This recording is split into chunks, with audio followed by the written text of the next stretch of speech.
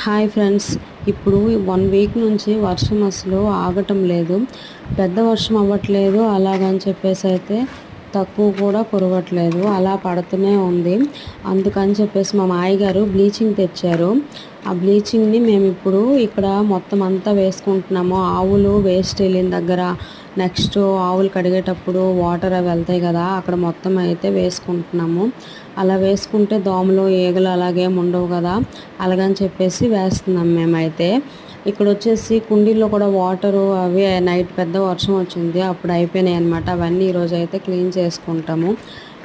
Water కుండీ కూడా ఆవులకి నుయ్యి దగ్గర నుంచి ఇంజిన్ ద్వారా వాటర్ పడతాం కదా, ఆ కుండీ కూడా ఫుల్గా నాచు అయిపోయింది.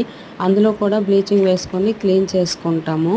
మొత్తం అలా చేసుకుంటే ఆవులకి ఫీవర్లు రాకుండా ఉంటాయి. హెల్త్ ఇష్యూస్ వస్తున్నాయి కదా వర్షాల వల్ల, అలాగనమాట. మేము అందుకే వేసుకుంటున్నాం ఇక్కడ.